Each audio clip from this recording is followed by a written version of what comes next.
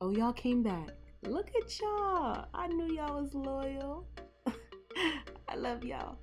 As you can read by the title, today we are making your own DIY aloe vera mix to moisturize your hair. This is how I keep my hair moisturized with my new locks. Look at that juicy goodness. Y'all want to see this video, don't y'all? All right, keep watching. I'm going to show you. Welcome back to my channel. Okay, so obviously by the title, you can see this is a DIY aloe vera mix to moisturize your hair, whether it's loose, natural, or locks.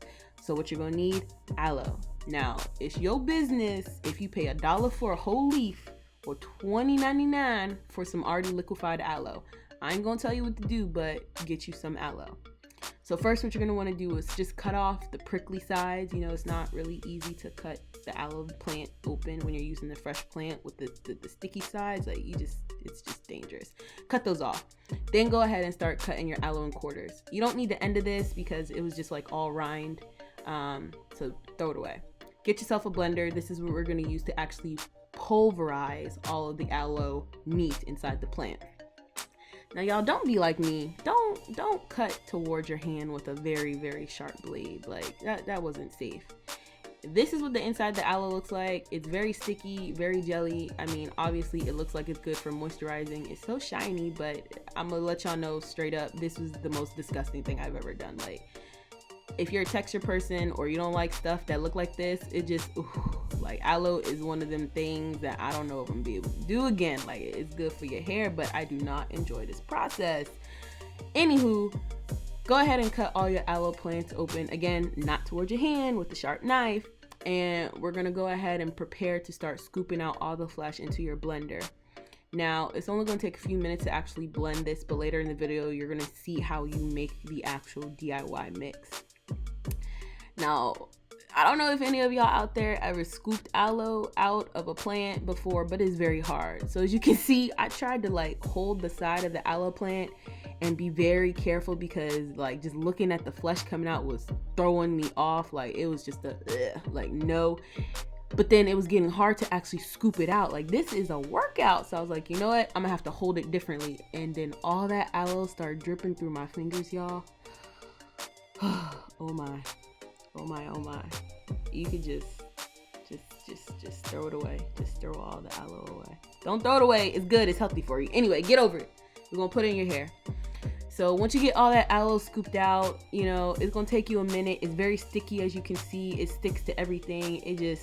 It's just a mess. It's gonna take you maybe like a good 10 minutes, but once you get it all in there, the fun part happens when we can start blending it. So y'all can just look at that glob, y'all. Ooh, no, I did not enjoy this process.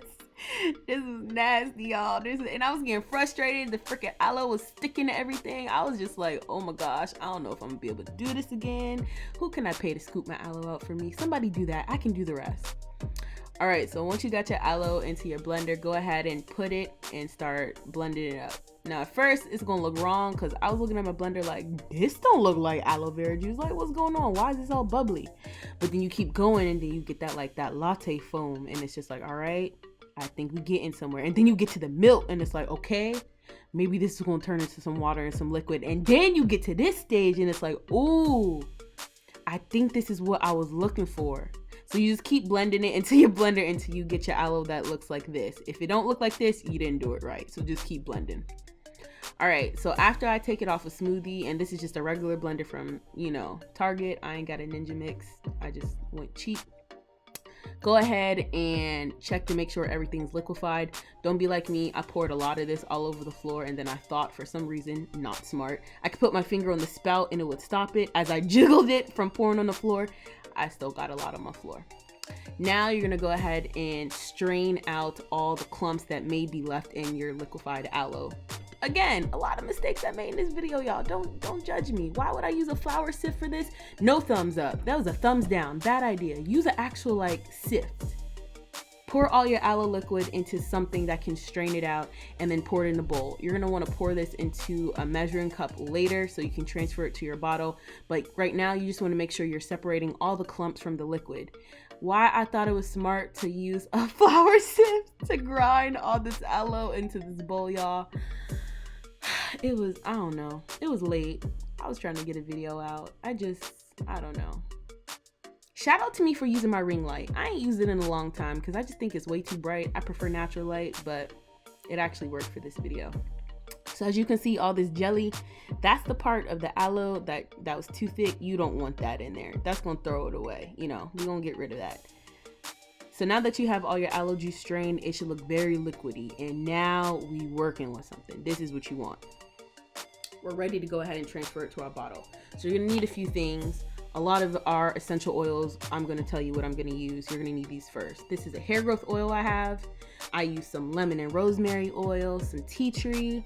I also use some lemongrass. Ooh, y'all, I love lemongrass. And peppermint oil for a little tang tang. Lavender. Ooh, I also love lavender. I love a lot of oils, y'all. And lemon. I only use a little bit of this. You don't need a lot of that. Now, I didn't have any of my rose essential oil, so I just used some rose water. You can interchange them. It doesn't really matter, but it just smells good. Some water. I should have had distilled, but only had Costco today, so that's what we're using. A water bottle and your measuring cup. So start by pouring all of that liquid. Look at it. It just looks so pretty in the end, but why is it so nasty in the beginning? Now, this is an old bottle of aloe juice I had. It turned pink because aloe, when exposed to cold and a lot of light, turns pink. So don't be surprised if you put it in the fridge and it's white and then it turns pink. So I'm gonna just pour this out so I can start over. Now, just pour enough aloe into your bottle, remembering that this is gonna be coming out of a spray nozzle. So you don't want a lot of buildup on your hair. So I want this to be a majority liquid water-based product mix, not all aloe. So I'm just going to pour a little bit in there and, you know, just gauge it and eyeball it. Then I'm going to start pouring in my liquid. So I'm going to just add a little bit of this rose water. I guess that was enough. Nope, add a little bit more. All right. And then start adding in your essential oils. Eyeball this. I really don't know how many drops I use. I tried to count, but as you can see, I just started dripping them in there. Just do a mix of a fragrance that you think would smell good in your hair. I personally like smelling like essential oils, and I like lemongrass and lavender the most, so those are two of the ones I use a lot of. Be careful with your tea tree and your peppermint. Your hair will be burning. Your scalp will be on tingle if you use too much of this. Just take it slow. Once you get all your essential oils in, this hair growth oil is optional. I just got it from this Instagram female that I follow. She makes hair growth oils. I used this oil when I was a loose natural. I really loved it, but I'm not going to use a lot of this oil because it's very thick. So I just used maybe like a quarter of the vial and squirted that in. Top the rest of your mix off with some water. Try to avoid getting all the water on your counter like me. And then when you fill it up, go ahead and shake it up and your mix is done. That was easy, all right? We ain't going to the store and buying nothing. We making it ourselves.